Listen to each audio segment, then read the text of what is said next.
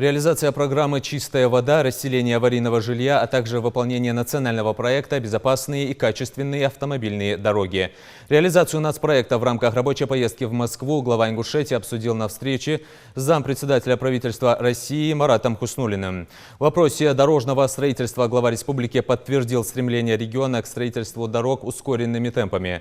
Марат Хуснуллин подчеркнул, что если республика готова брать на себя повышенные обязательства, правительство рассмотрит возможности перекидки средств с 2021-2024 годов.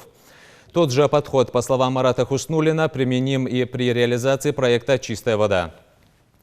Вице-премьер также подчеркнул, что республике необходимо уделять повышенное внимание темпам ввода жилья.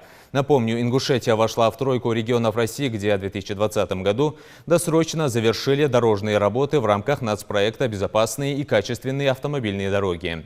Участие в нацпроекте позволяет увеличить долю региональных трасс в нормативе до 75%. Сейчас это 70%. А дорожной сети городской агломерации до 85%, сейчас 56,2%. До 2024 года в Ингушетии планируется реконструировать и отремонтировать более 98 километров автомобильных дорог.